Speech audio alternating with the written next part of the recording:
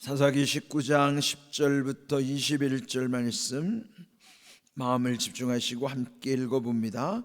그 사람이 다시 밤을 지내고자 하지 아니하여 일어나서 떠나 여부스 맞은편에 이르렀으니 여부스는 곧 예루살렘이라. 안장 지운 나귀 2마리와 첩이 그와 함께 하였더라. 그들이 여부스에 가까이 갔을 때에 해가 지려 하는지라. 종이 주인에게 이르되 청하건대 우리가 돌이켜 여부스 사람의 이 성읍에 들어가서 유숙하십시다 하니, 주인이 그에게 이르되 우리가 돌이켜 이스라엘 자손에게 속하지 아니한 이방 사람의 성읍으로 들어갈 것이 아니니 기브아로 나아가리라 하고, 또 그 종에게 이르되 우리가 기브아나 라마 중 한 곳에 가서 거기서 유숙하자 하고 모두 앞으로 나아가더니 베냐민에 속한 기브아에 가까이 이르러 해가 진지라. 기브아에 가서 유숙하려고 그리로 돌아 들어가서 성읍 넓은 거리에 앉아 있으나 그를 집으로 영접하여 유숙하게 하는 자가 없었더라. 저녁 때에 한 노인이 밭에서 일을 하다가 돌아오니 그 사람은 본래 에브라임 산지 사람으로 기브아에 거류하는 자요, 그곳 사람들은 베냐민 자손이더라. 노인이 눈을 들어 성읍 넓은 거리에 나그네가 있는 것을 본지라. 노인이 묻되 그대는 어디로 가며 어디서 왔느냐 하니, 그가 그에게 이르되 우리는 유다 베들레헴에서 에브라임 산지 구석으로 가나이다.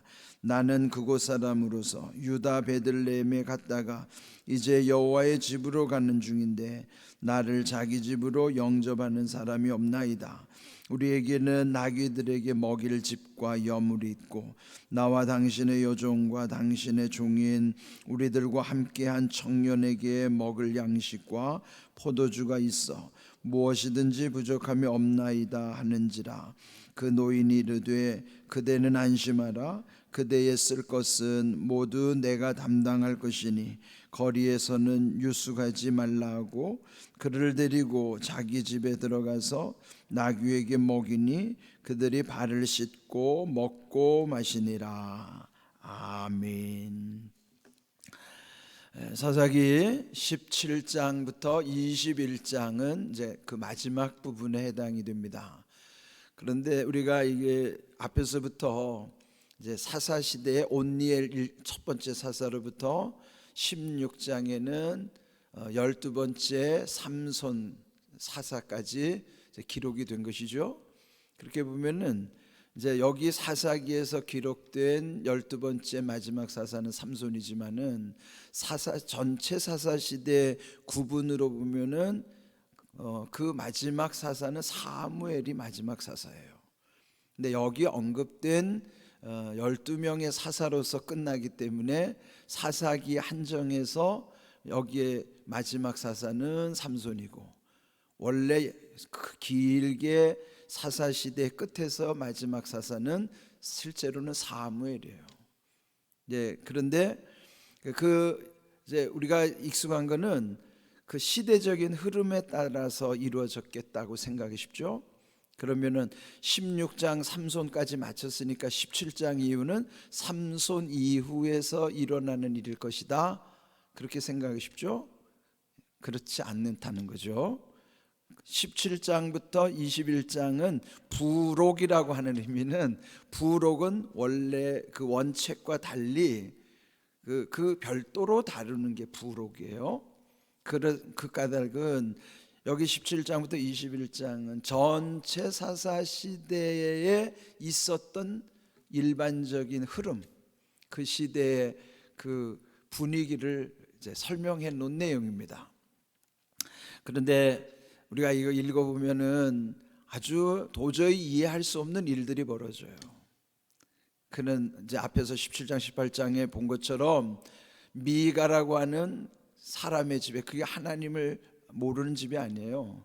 하나님을 잘 섬긴다고 자칭 생각하는 사람들인데 거기에 어머니 돈을 훔치는 일, 그래서 다시 그 돈 가지고 우상을 만드는 일, 그리고 레위 사람이라고 무조건 자기 개인 제사장으로 세우는 일, 그리고 나중에 밝혀지는데 결국은 또 단지파 사람들이 그 집에 와서 우상도 빼앗아가고 세웠던 제사장도 또 매수해 가고, 그런데 나중에 그 한 제사장 이름은 모세의 손자 요나단이었더라.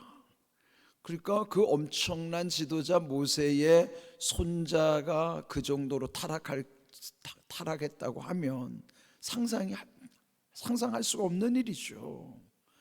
그런데 여러분, 현실은요, 때로는 어떤 드라마 속에서나 이루어지는 것, 영화나 드라마는 꾸며낸 이야기 아니에요? 그런데 어떤 때는요, 그 영화나 드라마의 꾸며낸 이야기보다도 상상을 초월하는 끔찍한 일들이 우리가 살아가는 이 현실에서 일어나는 걸 경험합니다. 그런데 지금 여기에 우리가 이 사사기에 지금 계속 보면 끔찍한 일들이 계속 벌어져요.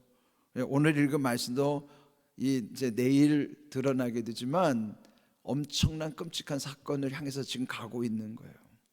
궁금하면 미리 한번 읽어보십시오. 그런데 지금 이 앞에 우리가 읽었던 19장에서 보면은 또 한 레위인이 등장을 하죠. 그런데 그는 첩을 두었다고 그랬고, 그 첩은 또 바람이 나가지고 또 결국은 친정에서 4달 동안이나 머무르고 있었다. 그러니 하나님의 일을 하도록 구별된 레위인이 첩을 둔 것도 그렇고, 또 그 첩은 바람이 나는 것도 그렇고, 그렇다고 또 친정으로 돌아가는 것도 그렇고, 그러니까 그 당시가 이미 앞에서 영적인 타락이 여기 도덕적 타락까지 확장이 된 거예요. 그리고 다 무질서해지는 거예요. 혼란스러운 거죠.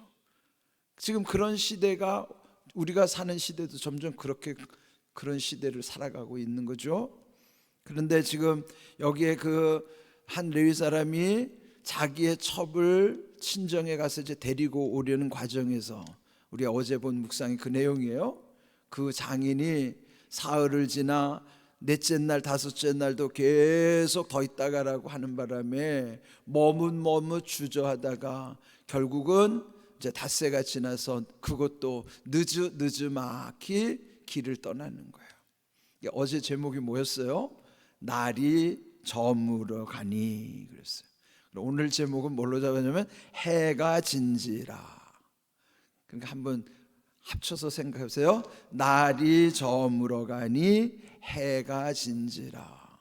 한 문장으로 연결을 시키면요, 날과 해라고 하는 개념을 잘 생각해 보십시오. 날이라고 하는 거는 하루하루가 날이죠. 해라고 하는 건요, 상징적인 의미로는 1년을 상징하기도 하지만은 해가 진다고 하면 인생이 이제 끝나는 거예요. 사람들이 보면 해를 좋아해요. 그래서 신년이라든지를 보면은 해맞이 하러 가요. 해맞이. 동해안으로 해 뜨는 거 보러 일출 보러 간단 말이에요. 근데 우리가 사는 요 가까운 서해바다 쪽에서는 일몰이 아주 아름답게 또 비치는 거예요. 그러니까 그 의미가 뭡니까? 해가 하루에 매일같이 떴다가 지는 것이 하루에 늘 반복되는 것이지만은 실상은 그게 우리 인생을 축약해 놓은 거예요. 우리 인생도 이렇게 아침에 여러분 잠에서 깨어나면 우리가 태어난 거예요. 새로 하루를. 그러다가 잠을 자는 건 그건 죽음을 준비하는 겁니다. 그 우리가 맨날 기도할 때도요, 잠들 때는 내가 깨어나지 못하면 천국에 있어야 복이 있는 거예요. 예? 우리는 보장받고 살아가는 게 아니에요. 하나님이 허락하신 날만 살아가는 거지. 예? 내일은 내 날이 아닙니다.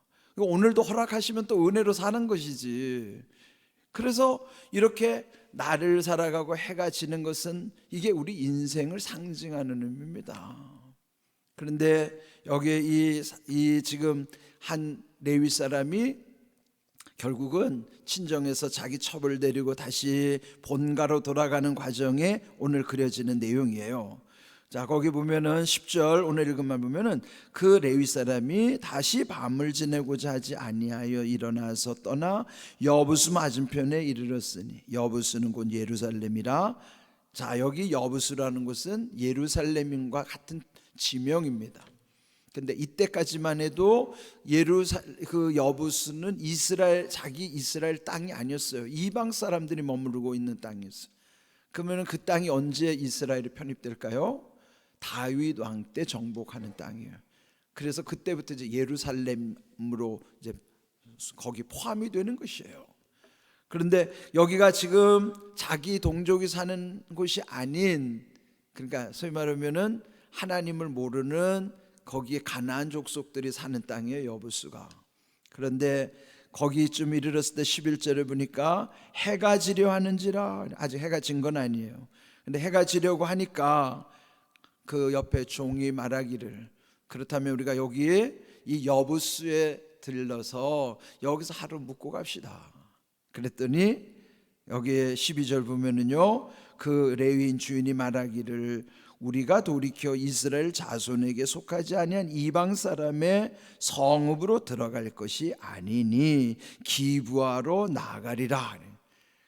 이 여부스라고 하는 예루살렘에서 기브아는 한 20km 정도 더 가야 되는 거예요. 지금 해가 지려고 하는데 이제 거기 가면 이제 해가 지게 되는 거죠. 그런데 왜 기브아로 가는가? 거기는 그래도 자기 동족의 땅이니까. 거기가 어떤 지파가 거주하는가 하면 베냐민 지파들이 거주하는 땅이에요.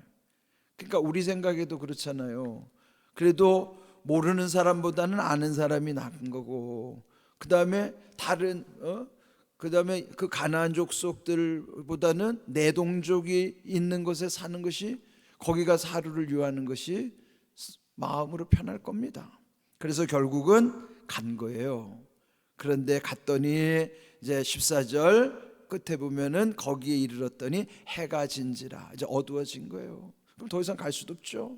그런데 자기를 맞이할 걸 기대하고 갔는데 그 동족의 땅 베냐민 사람들이 아무도 그를 알아봐 주지 않는 거예요. 외면하는 거예요. 원래 그곳의 문화는 낯선 사람 나그네가 길을 잃었으면은 그를 도와줘야 되고, 해가 지면은 누구라도 가서 그 나그네를 자기 집에다 모셔서 잘 대접하는 것을 그들은 하나님의 복으로 생각했어요. 그러면 나그네가 오면 하나님이 보낸 천사라고 생각해서 모셔다가 그렇게 했다고요. 그런데 베냐민 사람들이 얼마나 마음이 냉랭한지 아무도 돌아보지 않는 거예요. 이 사람은 레위인이기 때문에 복장부터 다를 거예요. 하나님의 사람으로 구별됐으니까 복장이 다르니까 누가 봐도 그 사람의 눈에 띄었을 텐데, 그 베냐민 땅 기브아 사람들은 아무도 이들을 환대하지 않았어요. 이게 뭡니까? 어떤 때는요, 아는 사람보다 모르는 사람이 더 선대할 수도 있어요. 우리가 보면은, 그러니까 보니까 먼 친척보다 가까운 이웃이 나은 것이죠. 그래, 여기에 지금 기대하고 간 곳에서 오히려 박대를 받는 상황인데, 그때 이제 17절에 보면 한 노인이 일을 마치고 돌아오다가 17절, 노인이 눈을 들어 성읍 넓은 거리에 나그네가 있는 것을 본지라. 그러면서 노인이 묻기를 그대는 어디로 가며 어디서 왔느냐.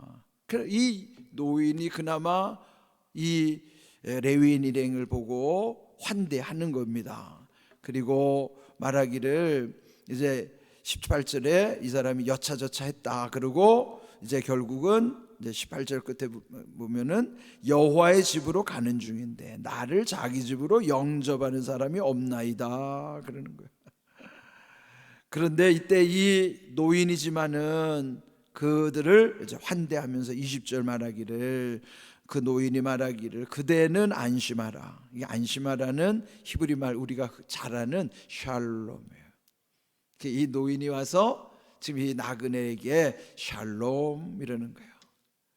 여러분, 샬롬이라는 이 인사는요, 우리 표현의 안녕, 안이 그 편안한 안자고 영은 건강하다는 그런 뜻이잖아요. 그런데 이 안녕에 해당하는 샬롬은 포괄적인 인사 방법이에요. 샬롬의 원뜻이 뭐냐면 하나님의 뜻이 그대에게 이루어지기를 원하나이다는 거예요. 그러면은 우리 모두가 기도 제목이 샬롬이 응답이에요. 그러면 만약에 아이에게 샬롬 하면은 무슨 뜻일까요? 하나님 지혜를 주세요, 공부 잘하게 해주세요, 이런 뜻이 샬롬이에요. 아픈 사람에게 샬롬, 그 뭐예요? 치료해 주세요. 가난한 자에게 샬롬, 하나님 이 집에 가난이 다 면해지게 해주세요. 그 뭐예요? 우리에게 모든 결핍된 부분, 우리의 기도가 이루어지는 것이 샬롬이에요. 그러니까 포괄적인 것이죠. 그러니까 우리에게는 샬롬이 이루어져야 돼요. 여러분의 기도의 제목은, 그 기도는 그 응답이 샬롬이에요. 샬롬이 이루어져야 된단 말이에요. 그래서 안심하라, 샬롬. 그러면서 그대의 쓸 것을 모두 내가 담당할 것이니 거리에서 유숙하지 말라. 그래서 이 노인이 환대를 받아서 그 집으로 가게 되는 거예요. 근데 여기까지 이제 과정이 끝나지만 이제 내일에 그 집에 가서 엄청난 비극이 벌어집니다. 근데 우리가 가는 길 우리가 알아요? 몰라요. 내일 일은 난 몰라요. 지금 여기까지만 보면은 참 아름다운 광경이에요. 근데 그 다음에는 이제 죽음으로 가는 거예요. 비극이 벌어지는 거예요. 우리가 내일 일을 안다면 우리가 왜 그 길을 가겠어요? 그래서 우리는 항상 주님을 바라보고 주님 의지하고 살아야지, 우리가 잘 되는 것처럼 보이는 게 거기가 잘 되는 길이 아닙니다. 오늘 여기 주신 말씀처럼 우리는 늘 주님 의지하면서 주님과 동행하는 게 중요한 것이지, 그리고 이 지금 한 레위인이 머뭇머뭇하다가 지금 이런 비극을 향해서 가고 있는 거예요. 그가 처음부터 아주 결단하고 또 일찍 떠났더라면 이런 일 당할 일이 없겠죠. 또 그보다 더 중요한 근본 원인은 뭔가? 처음에 1절에서 시작한 것처럼 그 시대에 그들을 다스려주는 왕이 없었다. 즉 하나님이 다스림을 거부한 시대. 오늘도 우리가 하나님이 다스려 주실 때만이 이런 샬롬이 이루어질 뿐만 아니라 하나님이 다스리는 사람만이 다른 억압과 착취, 군림하려고 하는 나쁜 왕들이 우리를 침범하지 못하는 거예요. 나를 다스리고자 하는 나쁜 왕들이 주변에 얼마나 많은지 몰라요. 그러면은 하나님이 나를 다스려 주시고 하나님이 나의 왕이실 때만이 모든 나쁜 왕들이 침범하려는 걸 막을 수 있는 거죠. 오늘 이 주신 말씀, 우리 인생도 날이 저물어 가고 언제나 해가 질 때가 올 거죠. 내 인생의 마지막이 올 거예요. 그런 걸 향해서 우리가 살아갈 때 늘 하나님께 소망을 두고 살아가는 삶. 그래서 우리는 늘 하나님께 소망을 두는 삶이 가장 복이 있는 삶을 기억하시고 우리 귀하게 그렇게 살아갈 수 있기를 주님의 이름으로 축복합니다. 아멘.